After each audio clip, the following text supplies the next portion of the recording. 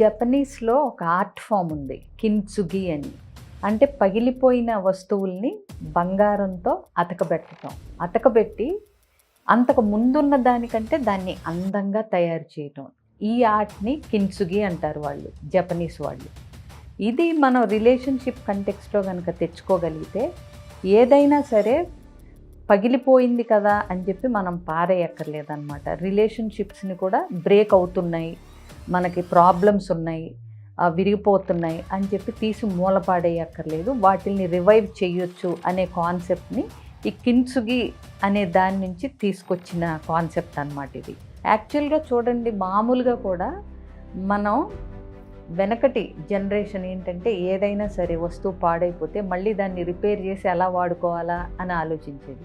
ఇప్పుడు అన్నీ ఇన్స్టెంట్ అయిపోయినాయి కాబట్టి వెంటనే పడేసి కొత్తది ఎలా తెచ్చుకోవాలా అని ఆలోచిస్తున్నాం మనం.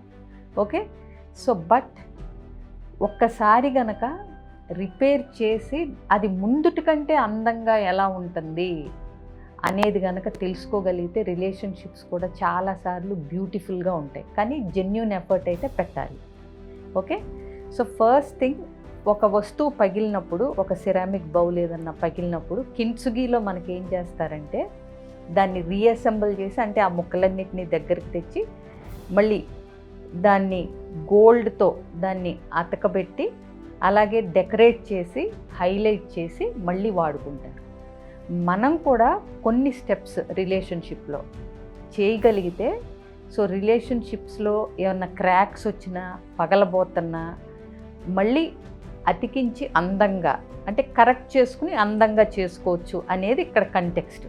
సో ఫస్ట్ మనం కూడా రిలేషన్షిప్స్లో ఏంటంటే యాక్సెప్ట్ ఇంపర్ఫెక్షన్స్. ఇప్పుడు ఏ మనిషి 100% పర్ఫెక్ట్గా ఉండదు, అవునా?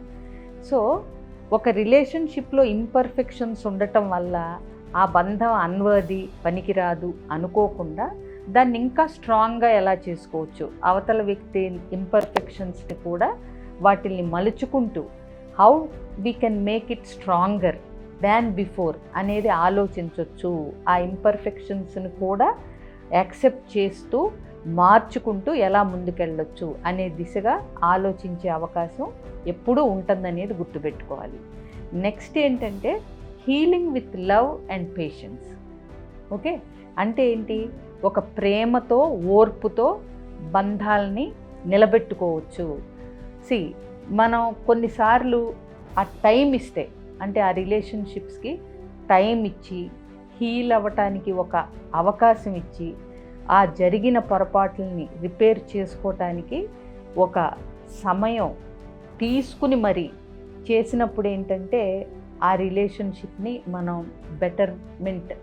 బెటర్గా చేసుకోవటానికి అవకాశం ఉంటుంది. ఎప్పుడూ కూడా హైడింగ్ ఎమోషనల్ స్కార్స్, అంటే ఒక ఏదన్నా జరిగినప్పుడు వాటిల్ని దాచుకునే కంటే నిజాయితీతో అడ్రస్ చేసినప్పుడు, ఏమన్నా కొన్ని జరిగినప్పుడు మనం అనుకోని సంఘటనలు, లేకపోతే ఒక రిలేషన్షిప్ని ఇబ్బంది పెట్టే సంఘటనలు, బాగా ఫైట్స్, ఎక్కువ విభేదాలు అలా ఉన్నప్పుడు వాటిల్ని అడ్రస్ చేయటంలో నిజాయితీ చూపించి, ఓర్పు చూపించి, నిజంగా దీన్ని నిలబెట్టుకోవాలి మనం అని రెండు వైపుల నుంచి, ఒకళ్ళే అనుకుంటే సరిపోదు, రెండు వైపుల నుంచి ఆ ఇంట్రెస్ట్, ఆ ప్రేమ, ఆ ఓర్పు, సహనం, ఖచ్చితంగా ఈ రిలేషన్షిప్ని బాగు చేసుకోవాలి అనే ఒక ప్రయత్నం సిన్సియర్గా పెడితే మాత్రం అవకాశాలు ఖచ్చితంగా ఉంటాయండి. అంటిల్ అండ్ అన్లెస్ ఏదో ఎక్స్ట్రీమ్ కేసెస్ ఆఫ్ సేడిజము, ఆ toxic relationship, complete narcissistic personality from one side,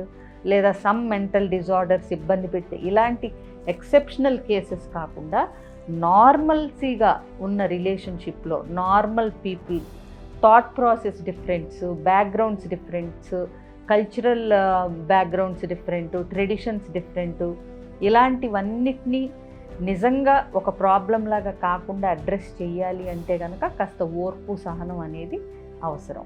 అలాగే cherish the journey by strengthening bonds through challenges. అంటే ఈ ప్రయాణాన్ని, భార్యాభర్తలుగా ఈ ప్రయాణాన్ని ఒక ఛాలెంజెస్ని ఫేస్ చేస్తూ కూడా ఎలా స్ట్రెంథెన్ చేసుకోవాలి, ఎలా ఒక సంయమనంతో ఒక బ్యూటిఫుల్ జర్నీ చేస్తూ వచ్చిన ఇబ్బందుల్ని అధిగమిస్తూ, అంటే ఎలా డెకరేట్ చేస్తారు చూడండి ఆ పగిలిపోయిన బౌల్ని, అలాగే ఛాలెంజెస్ని ఎలా మనం ఎదుర్కొంటూ, ఒకళ్ళ గురించి ఒకళ్ళు తెలుసుకుంటూ, ఒకళ్ళని ఒకళ్ళు క్షమించుకుంటూ, ఒకళ్ళని ఒకళ్ళు గౌరవించుకుంటూ, ఒకళ్ళకు ఒకళ్ళు వాల్యూ ఇస్తూ ఆ జర్నీని ఎలా చెరిష్ చేయాలి, ఎట్లా ముందుకెళ్ళాలి, ఏదైనా ఒక టీమ్గా ఉండి వచ్చే కాన్ఫ్లిక్ట్స్ని, ఇబ్బందుల్ని, గొడవల్ని ఎలా పరిష్కరించుకోవాలి, థర్డ్ పర్సన్స్ ఎంట్రీని అంటే వేరే వాళ్ళ ప్రమేయాన్ని ఎంతవరకు తీసుకోగలగాలి, ఎక్కడ ఆపగలగాలి, ఎవరి ఇంటర్ఫీరెన్స్ మనకి ఎంతవరకు అవసరం అనేది తెలుసుకుంటూ బౌండరీస్ సెట్ చేసుకుంటూ ఆ జర్నీని భార్యాభర్తలుగా వాళ్ళ ప్రయాణాన్ని ఎలా చేయాలి, ఆ బంధాన్ని గట్టిపరుచుకుంటూ అనేది కూడా దృష్టిలో పెట్టుకోవాలి. ఇంకొకటి టర్నింగ్ పెయిన్ ఇంటూ విస్డమ్, అంటే బాధల్ని కూడా ఒక జ్ఞానంలాగా, అంటే జ్ఞానం అంటే ఇక్కడ ఏదో జ్ఞానోదయం, ఓకే జ్ఞానోదయం కూడా అనుకోవచ్చు మనం. అంటే ఒకసారి బాధపడినప్పుడు దాని నుంచి ఏం పాఠాలు నేర్చుకుంటూ, ఒకసారి ఎమోషనల్ పెయిన్ అయింది, ఓకే ఏ సంఘటన నా భర్తని నన్ను ఇబ్బంది పెట్టింది, ఏ గొడవలు నా భార్యకి నాకు మధ్య ఒక రిఫ్ట్, ఒక అగాధాన్ని సృష్టించటానికి ప్రయత్నించాయి, మా మధ్య డిఫరెన్సెస్ ఎక్కడొస్తున్నాయి, ఏ విషయం పట్ల మాకు ఒకళ్ళ పట్ల ఒకళ్ళకి విముఖత కలిగే అవకాశం ఉంది, వీటిని ఎలా కట్ చేయాలి, మా లైఫ్లోంచి ఎలా ఎడిట్ చేయాలి, ఇలాంటివన్నీ తెలుసుకుంటూ, అంటే పెయిన్ని, బాధని ఒక అవేర్నెస్ కింద, సో ఏ విషయాలు మా మధ్య దూరి మమ్మల్ని విడదీయటానికి ప్రయత్నిస్తున్నాయి, అది మన ఆలోచన విధానమా, వేరే వాళ్ళ ఇన్ఫ్లుయెన్సా, మా ఇద్దరి తొందరపాట, మాకు కమ్యూనికేషన్ స్కిల్స్ లేకపోవటం వల్ల, ఇలా అవేర్నెస్ ఉండాలి. అంటే తరచి చూసుకుని ఎక్కడ మనకి డిఫరెన్సెస్ వస్తున్నాయి,